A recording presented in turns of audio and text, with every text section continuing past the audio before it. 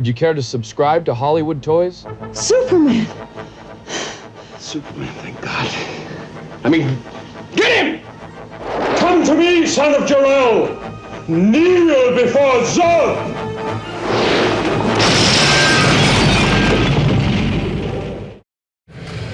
Hi, I'm Jackal Howard, and you're watching Hollywood Toys.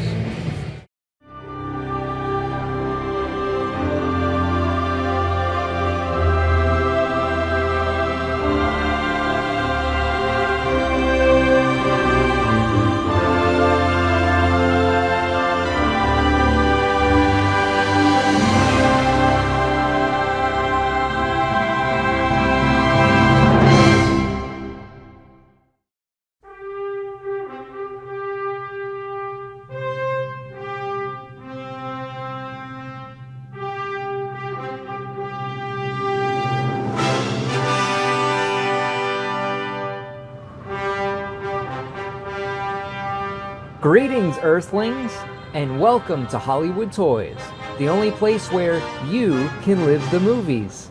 I am your host, Majik Mike, and welcome to my channel, where I do travel and entertainment vlogs, where I cover theme parks, comic and horror cons, movies, celebrities, action figures, video games, and more.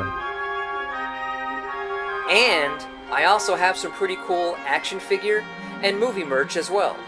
So be sure to subscribe to the channel, as well as hit that notification bell so that you won't miss out on any future videos, live streams, or new product releases.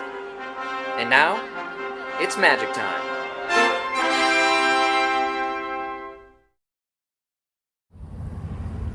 Alright folks, here we are. Back at it again at another convention, back at the Florida State Fairgrounds in good old Tampa, Florida. That's where we at. And the event for today, Tampa Toy Con, on this Sunday, July 12th, 2026. Florida Toy Shows and Expo. And if I'm reading the arrow correctly, that means it's that way.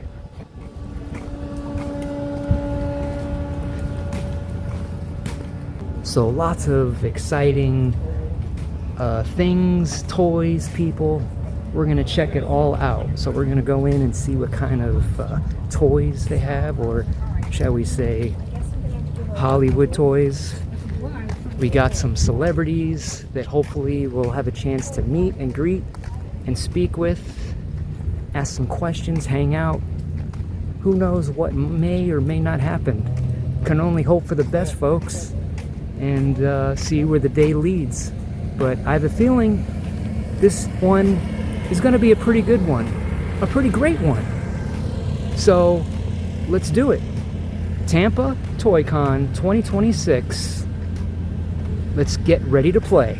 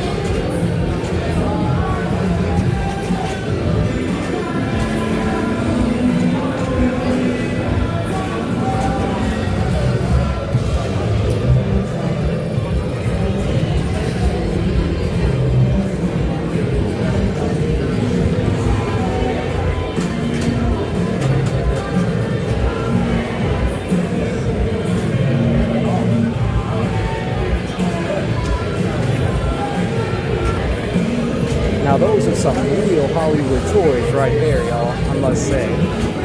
I'm impressed. I'm not a Batman fan, but pretty cool, man. Pretty highly detailed and pretty big. 1/6 scale. Gotta love it. Alright, we're gonna peruse around and do some window shopping and see what kind of toys here they have that are on my wish list. So we shall see what we can see. Of course, straight out of my childhood. If I ever get enough room and space, we're definitely gonna look at this. Brings back memories, folks. Even as an adult, these are pretty huge. I can only imagine remembering how huge they seemed as a little kid. Snake Mountain. It's all good stuff. Oh, we got some of the vehicles and some Star Wars and all that good stuff right there. Heck yeah, folks. Like it up. Holy Dino-Rama. What?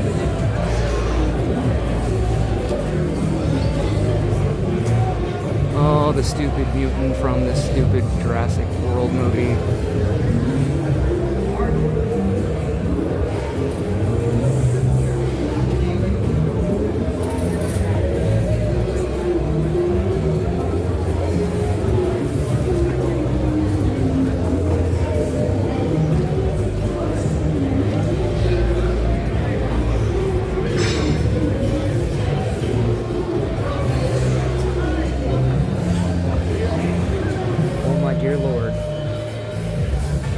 I found the ultimate wish list item. It's over here.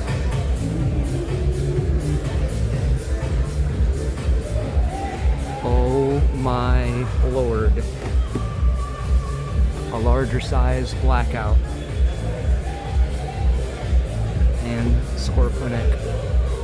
$200. One of these days. And that's a pretty awesome looking Optimus Prime as well. Oh my god. Soundwave. And then another blackout, but this one's only $120. I wonder why that is. Is that because this one comes with that? And maybe this one I think looks a little bit bigger. But this is definitely going to be a future Hollywood Toys acquisition, folks. That will be its own video at some point.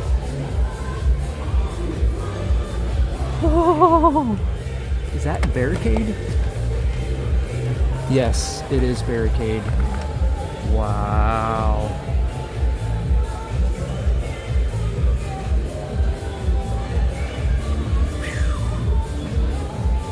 Some pretty sick looking bumblebees. Actually, well, maybe. They're all right. Oh my lord, look. That is a pretty cool looking Ratchet for sure.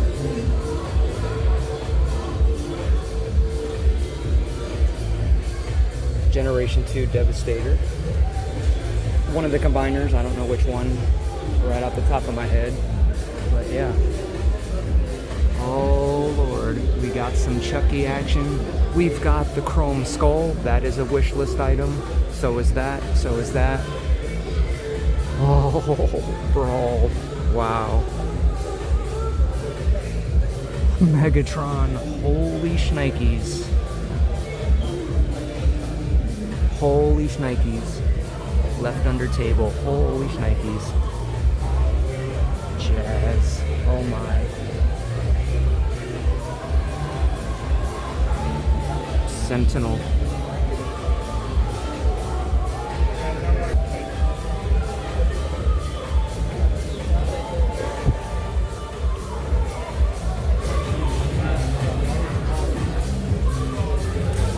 Jetfire. That's probably the Jetfire I'm gonna want. I didn't even know this existed, but yeah.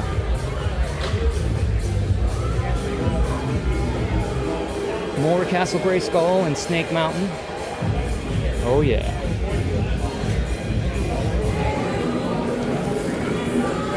Of course, the Ecto-1. We believe you. We even got Slimer in the heezy, taking it easy. Wow. I'm not a Ghostbusters fan, but this is one sick replica for sure. Even got the phone number,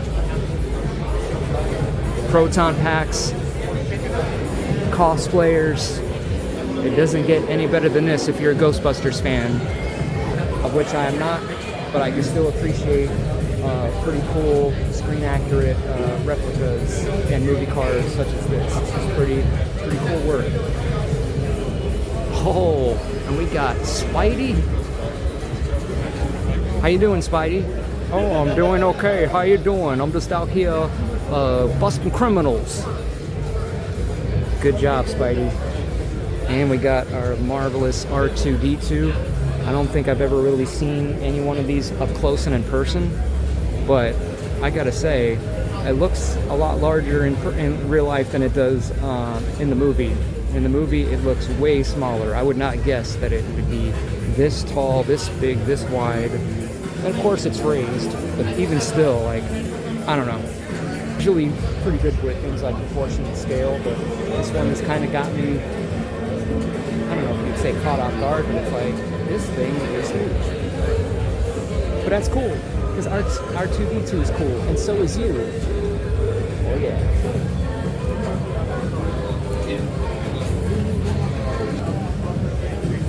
Guess what?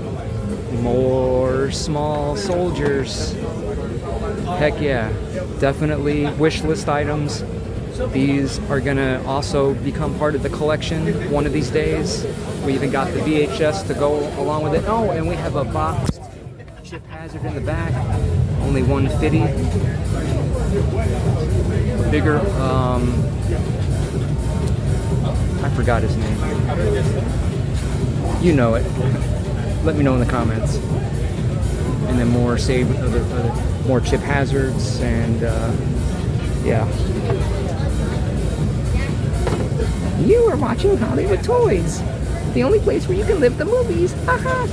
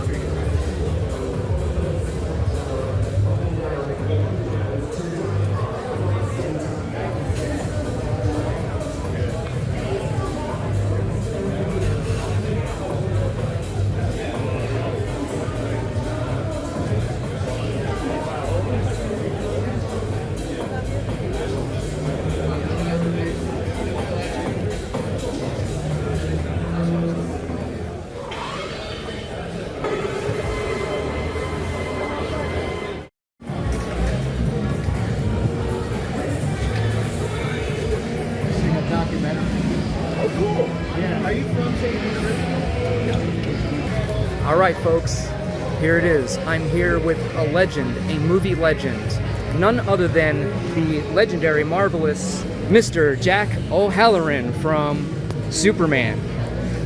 Say hello to the viewers. Hello, people. How are you? Hope you're having a great day. Yeah. So it is a dream of mine to meet all of the remaining surviving cast members from the Superman movies. So you have the honor of being the first that I get to meet. So Only a few of us left. what's that? There's only a few of us left. I know. So that is one of the things I wanted to talk about. So unfortunately, one of those being Terrence Stamp, and unfortunately he passed away. So I'm dedicating this to him as well. So I love hearing your stories, talking about how on camera and off camera, how he really was the general, and that you were in step with him, and then your story of when you're ready to shoot a scene and you're off shooting the breeze with somebody, and he yells out, "Jack, get your tail over here," and you're like, Okay, yes, sir. So if you could talk a little bit about that. Okay. Yeah, Terrence is a tremendous actor. Very, very good person. Yes. We had a very great relationship. He would, I'd be over talking to somebody off set, and they'd be wanting us to do a shot. Jack, get yourself over here. Stop got with those people. Yeah. General Zod talking to you now. Oh, yeah. We had a great relationship. When you work with people for 3 years, it works out to be fun. We had a lot of fun. We had a great cast on Superman. Brando was great. Yeah. Sarah was great. Just was a lot. Valerie Perrine. Yeah, we Gene lost Hackman. her. And we lost him. We Yeah. lost Hackman. We lost Valerie. Well, it's sad. Yeah. Every day I get a phone call. Somebody else is in the hospital. Yeah. So. I think the only two left is Sarah and I. Margot was gone a couple of years ago. She was great. Yeah. Christopher died a few years back. And there'll never be another Superman like Christopher Reeve. Yeah, he's the definitive Superman for me, for sure. That's Richard Donner. Richard Donner did that. Richard Donner was a great director. The worst mistake that the Salt guys ever made was letting him go and bring it on to the Yeah. If you haven't seen the Donner cut, you should see it. Oh, of course, I've got Donner it. cut's a brilliant cut. I mean, how do you take Marlon Brando out of the picture? To save money, I know. And Seems Lester, when they brought Lester on, we had already shot 86% of Superman 2. And we had to stop shooting to go back and finish one because they had to release one.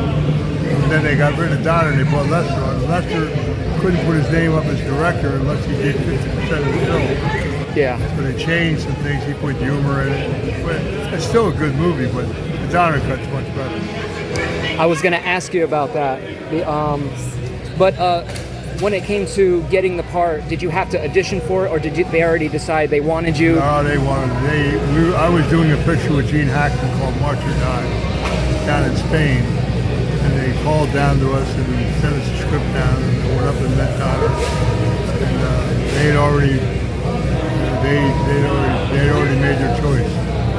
Okay. They asked me how I felt about playing a mute, because my character was a major scientist that they lobotomized because he was hanging out with General Zod. So I said I embraced that because Jackie Gleason was a friend of mine. He did such a great job in Jigo as a mute. I said if I ever had a chance to play a role where I had used body language and facial expressions, I would embrace doing it. And mine was perfect. So you looked at it as a fun challenge. Oh yeah, it's another way of displaying my ability. Yeah. And Donner let me go, and he saw what I could do. He just said, go for it. It worked out really well. And when you got the part, at the time, did you know that Brando and Hackman were going to be in it, or did you find out later? No, I knew they were going to be in it. Brando couldn't wait to meet me. I remember when I told Mitchum that Brando was in the picture, and he said, when you see that bum, tell him I said hello. And when I went down on the set the first day, the first 11 days, they shot Marlon Brando because they needed to get him on film to get the money for the film. Right. And so I went down to see him when he was coming the first day. And he was surrounded by reporters, and he just broke right through the door. Hey kid, how you doing? Because he knew my father in New York. Marlon, this super guy. He and I had a great relationship. I like Marlon Brando a lot. He's an unbelievable actor. Yeah. I mean, I watched him one day, we were on a set one day, and I watched him work. And I saw him do something I never saw an actor get away with. He was getting ready to do a shot, and he used to put Post-its on people's foreheads. Post-its? And he put the words on people's foreheads. You're talking about Brando? Brando. Yeah. So he was getting ready to do a shot, and the cameraman said, hold it. He said, we got a noise here. We got to come back tomorrow and do it. Well, and Brando said, no, you don't. I'm going to turn around. You fix that camera now and tell me when it's done, and I'll turn it into the shot.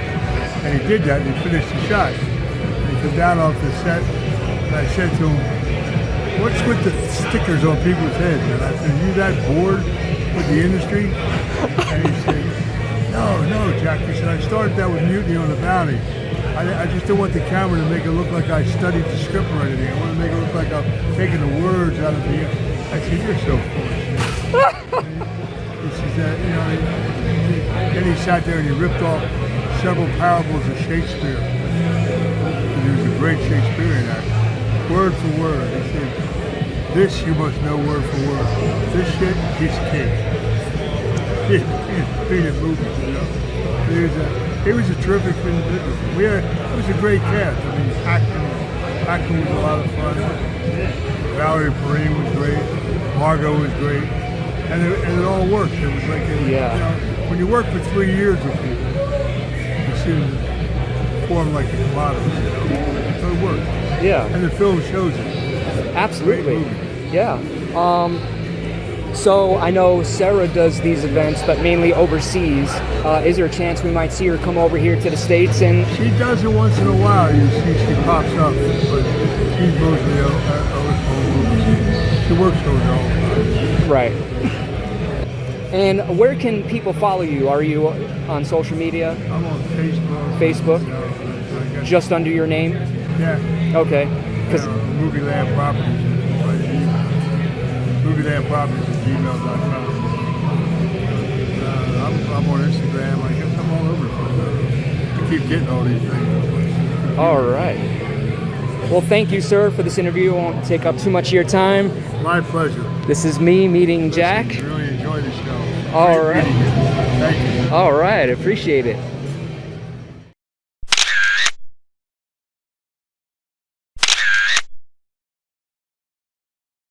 All right, folks.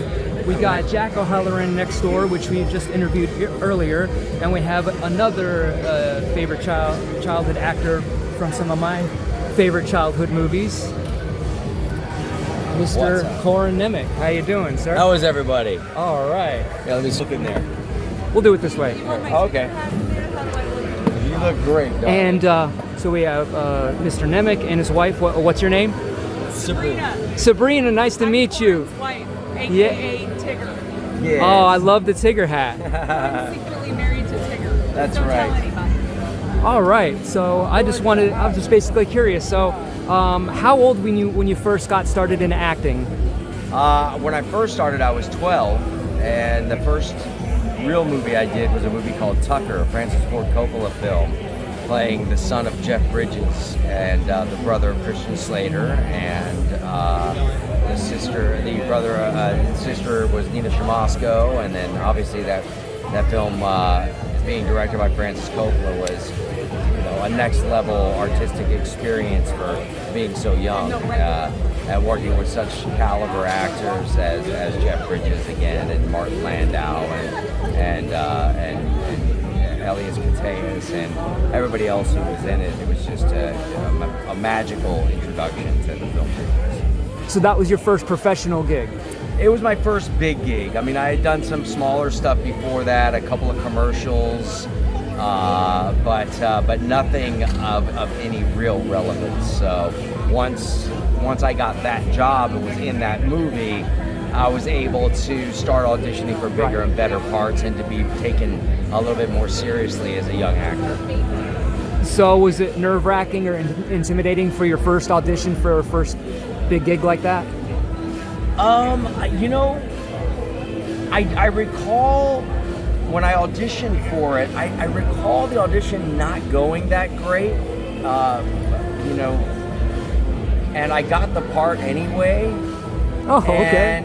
And I really think it was because I looked like I could be Jeff Bridges' son. I mean, I really did. There was just no doubt if you looked at, you'd be like, that's got to be Jeff Bridges' son. But, so I think a lot of my getting cast in that had to do with looks. But I was very new to acting at that point as well. I'd only been acting for probably just under a year professionally. And, so it was a bit nerve-wracking, but the role was just small enough and contained enough that I was able to deliver a really fun performance for such a small role. And then once I got off of that film, I was much looser and much more ready for bigger productions. Right. So the movie that I know you from, one of my favorites is I Know My First Name is Steven. You know, it hits hard, especially being based on a real story. But you also had the real Steve Stainer in the movie as one of the cops, right? Yes. So you got to meet him and talk to him. So what was that like? Well, he was actually, I had met him several times. Even before that, he had come to set on a couple of different occasions with his wife and kids. And I really, you know, I was humbled to meet him, especially after knowing so intimately what he went through and seeing what a strong figure and what he had a certainty to him about life that most people that haven't been through what he went through don't have. Yeah. And so for him to go through all of that, he was grounded in knowing what he went through and knowing what he didn't want to become and knowing what he was on the path to becoming, which was he wanted to be a police officer and all of that, you know. So before he was hit by a drunk driver. Wait, he was a police officer in real life too? He was in training. He was in training to be. He was at the police academy and all that stuff. He was going to become a police officer. Oh man, that's so unfortunate. Yeah, and that's it was very unfortunate. Very unfortunate. And then getting to work with another '80s icon, the Wizard, the kid that played the Wizard. Wait, which one was that? Wizard. With Fred Savage. I didn't see the Wizard. No? Oh man, highly recommend. They go on a road trip. He plays like an autistic kid that doesn't like really talk, but he's really good at video games. So they go do a video game competition and the Wizard. No, I'll have to check that out. I must have been too busy when that came out. Yeah, so I don't know offhand what came first, the Wizard or your movie, but yeah. And then with which actor though from it? The one who played the young Steve Stainer. Oh, yes. We didn't really work together because he was playing. Oh, right, because yeah. But I did meet him. Okay. I did meet him a couple times. He was great. He was such a sweet kid. And he did go on to do a few projects after that. I was actually kind of surprised later on and curious, like how, you know, where did he go? I'm gonna look him up. I'm trying to mention that. I'm gonna Google him and check him out and see what he's up to. Yeah.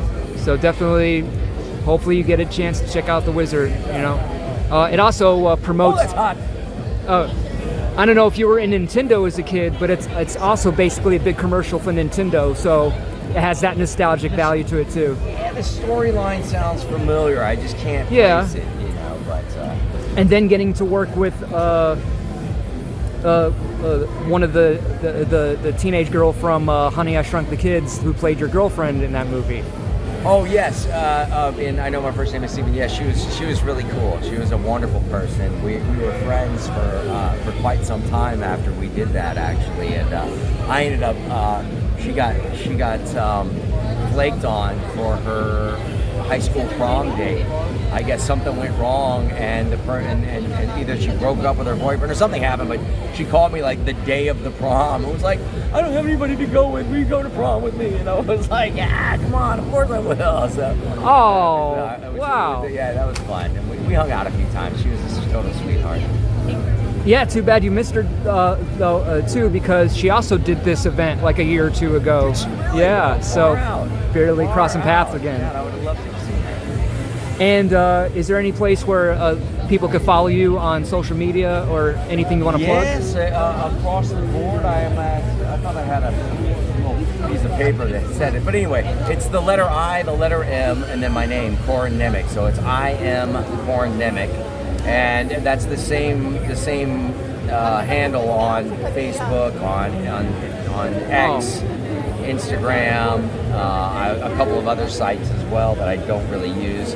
And then I have a YouTube channel, Corin Nemec TV, that it's just really filled with kind of some stuff I've done in the past, some stuff I've produced, and just stuff I'm interested in. I don't update it as much as I used to. Oh, okay. Well, I'll definitely have to subscribe. But yeah, there's some cool stuff on there. Yeah. And other than that, you know, send up smoke signals. I'll see them. All right. Well, thank you very much, sir. Yeah, brother. Pleasure. Fantastic.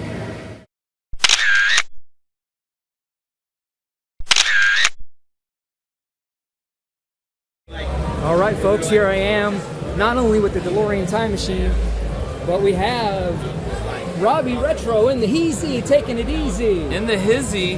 What's up? Oh. Hey, this. Oh yeah, we got to get in character. Come on. What's up? Hey, what's up, guys? Hey, where are we? When are we?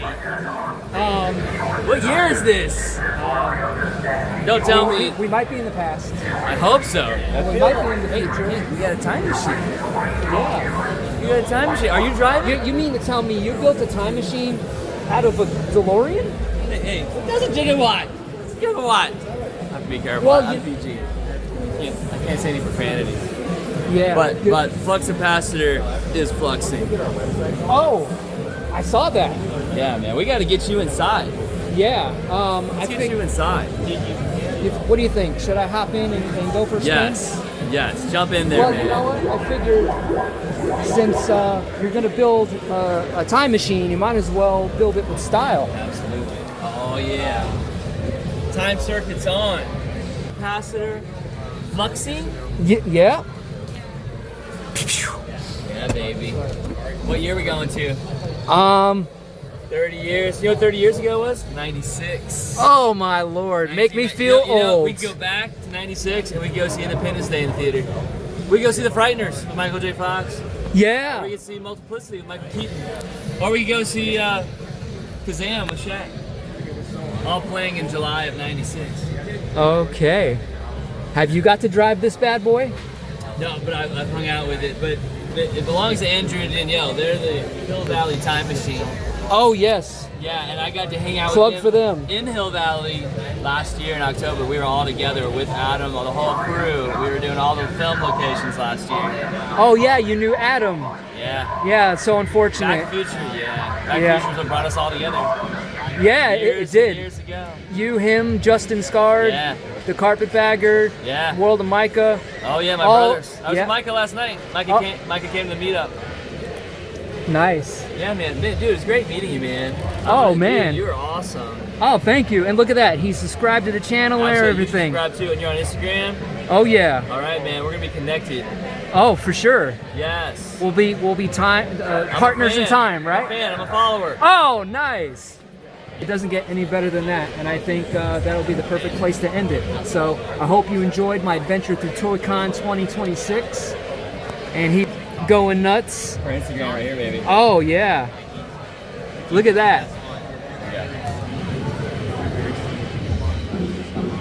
There we go. We got it. All right, brother. All right, I don't think there's a better place to say it. Let's roll the outro. Hi, this is Keith Coogan, and Todd says, subscribe to Hollywood Toys. Well guys, I really hope you enjoyed the video. And if you did, then please consider subscribing to the channel for more videos like this one. And leave me some comments. Give it a thumbs up and share the video. You can also follow me on all of my other social media, as well as visit the Hollywood Toys online store. The links are in the description box below. Now, stay tuned for even more amazing Hollywood Toys videos right after this. And to everyone out there watching, this is Majik Mike reminding you to live for your family and friends. Live your best life and live the movies.